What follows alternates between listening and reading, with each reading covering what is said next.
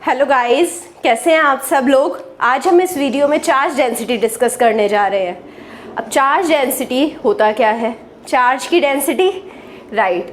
सो 3 type के charge density हम discuss करेंगे डिटेल में, जो कि है line charge density, surface charge density and volume charge density.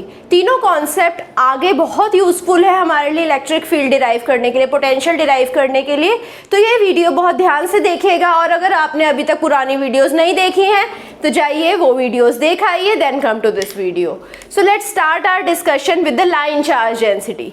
Line charge density क्या होता है?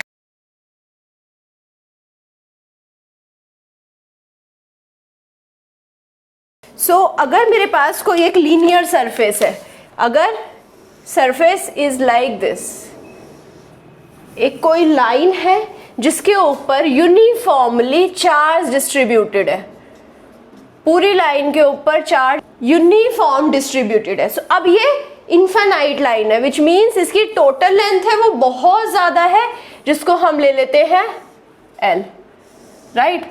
बहुत ज़्यादा है। सो हम क्या करेंगे, अगर हमें कुछ भी मेजरमेंट्स करने हैं तो हम इसके ऊपर एक छोटा सा इन्फिनाइटाइजिमल पोर्शन ले लेंगे, जिसे हम बोलेंगे dl। अब क्योंकि यहाँ पर चार्ज जो था वो यूनिफॉर्म डिस्ट्रीब्यूशन था, अगर टोटल चार्ज था q तो स्मॉल लेंथ पे चार्ज क्या होगा, यूनिफॉर्म डिस्ट्रीब्यूशन है तो टोटल लेंथ पर अगर टोटल चार्ज है तो स्मॉल लेंथ पे स्मॉल चार्ज होगा, जो कि होगा dq, राइट। तो ये बहुत इंपॉर्टेंट पैरामीटर है यूनिफॉर्म डिस्ट्रीब्यूशन। अगर यूनिफॉर्म डिस्ट्रीब्यूशन नहीं हुआ चार्ज का तो लाइन चार्ज डेंसिटी इस मेथड से नहीं निकल सकती, राइट। सो अभी हम क्या करेंगे, लाइन चार्ज डेंसिटी निकालने के लिए जो फॉर्मूला होता है, लाइन चार्ज डेंसिटी को हम लैम्डा L से डिनोट करते हैं। लैम्डा L क्या होता है, charge per unit length, right. अब चार्ज क्या है, अगर मैं छोटी लेंथ के लिए बात करूं तो चार्ज था dq और लेंथ क्या है dl। सो लैम्डा L हो गया dq अपॉन dl, ये हो गया लाइन चार्ज डेंसिटी। अब इसे कैसे लिख सकते हैं, अगर मुझे dq निकालना हो, सो dq कैसे निकालेंगे, इस dl को इधर ले जाएंगे और लैम्डा L से मल्टीप्लाई कर देंगे। सो lambda L into dl, total charge क्या हो जाएगा, टोटल चार्ज हम इंटीग्रेट करेंगे dq को तो हमें टोटल चार्ज मिल जाएगा, जो कि होगा लैम्डा L dl को इंटीग्रेट करने पर क्या मिलेगा हमें, लैम्डा L dl। क्योंकि अब यहाँ पर हम लेंथ को इंटीग्रेट कर रहे हैं तो हम इंटीग्रेट करेंगे ओवर द एंटायर लेंथ। तो dq integration is equal to q is equal to integration over length lambda L into dl। तो ये हो गया हमारा लाइन चार्ज डेंसिटी। अब आ जाते हैं सरफेस चार्ज डेंसिटी पे। अब सरफेस चार्ज डेंसिटी क्या होता है, नाम से पता लग रहा है किसी सरफेस के लिए निकाल रहे हैं, तो ऑब्वियसली एक सरफेस होगा जो इनफाइनाइटाइजिमली लार्ज सरफेस है अब हमारे पास, राइट। अगेन इसके ऊपर जो चार्ज डिस्ट्रीब्यूशन है वो यूनिफॉर्म चार्ज डिस्ट्रीब्यूशन है। तो अब क्या करेंगे, इनफाइनाइटाइजिमली लार्ज सरफेस है तो इतना सरफेस मेजर करना बहुत डिफिकल्ट है, क्योंकि सरफेस चार्ज डेंसिटी हो जाएगा चार्ज पर यूनिट सरफेस। सो इसे हम डिनोट करते हैं ρs से या सिग्मा से, तो ये हो जाएगा charge upon surface area, right. अब इन्फिनाइटाइजिमली लार्ज सरफेस है तो इसके लिए सरफेस एरिया कैलकुलेट करना बहुत डिफिकल्ट है। हम क्या करेंगे, इसके ऊपर एक छोटा सा एरिया ले लेंगे ds। टोटल चार्ज q था और यूनिफॉर्म डिस्ट्रीब्यूशन है तो ऑब्वियसली इस पे जो चार्ज होगा वो dq हो जाएगा। सो अब चार्ज अपॉन सरफेस एरिया, इसे कैसे लिख सकते हैं, dq अपॉन ds इस सरफेस के लिए, right, charge upon surface area.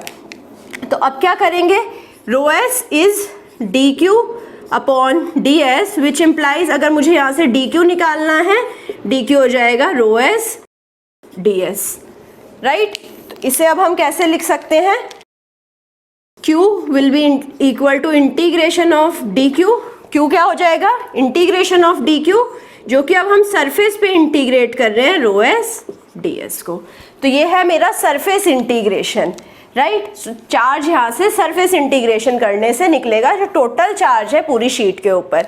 अगर आपको सरफेस चार्ज डेंसिटी दे रखी है, टोटल सरफेस दे रखा है, आप चार्ज निकाल सकते हैं पूरी शीट का, राइट। अब आ जाते हैं वॉल्यूम चार्ज डेंसिटी पर।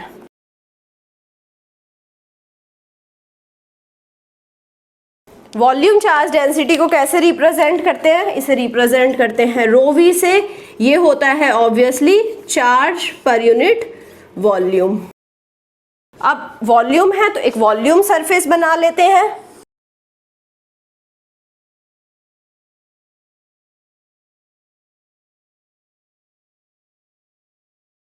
ठीक है, ये मेरा वॉल्यूम है। Volume again it is very infinitesimally large, बहुत बड़ी वॉल्यूम है।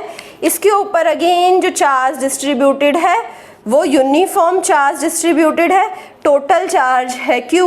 और अगर अब इस पे हम छोटा सा वॉल्यूम dV ले लें, ये मेरा छोटा सा वॉल्यूम है, ये है मेरा dV, इस पे जो चार्ज होगा वो होगा dQ। तो अब चार्ज पर यूनिट वॉल्यूम क्या आ जाएगा इस केस में?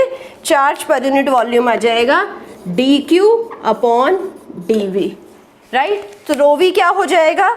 यहाँ से रो वी हो जाएगा डायरेक्टली dQ अपॉन dV, जिससे हम लिख सकते हैं dQ हो जाएगा रो वी dV, राइट। अब हम यहाँ से टोटल चार्ज लिख सकते हैं। टोटल चार्ज हो जाएगा इंटीग्रेशन ऑफ dQ, वो हो जाएगा। अब यहाँ से इसे वॉल्यूम इंटीग्रेट करेंगे, integration over the volume rho V dV। So ऐसे हम टोटल चार्ज निकाल सकते हैं जब हमें वॉल्यूम चार्ज डेंसिटी गिवन होगा। आई होप आपको ये सब समझ आ गया है, तीनों पैरामीटर्स बहुत अच्छे से समझ आ गए हैं। अगर आपको कहीं पे भी कुछ भी डाउट है कमेंट सेक्शन में जाकर लिख दीजिए। अगर आपको अच्छा लगा है लेक्चर, लाइक करिए, सब्सक्राइब करिए और शेयर करिए अपने दोस्तों के साथ, and also give me your feedback. Thank you so much.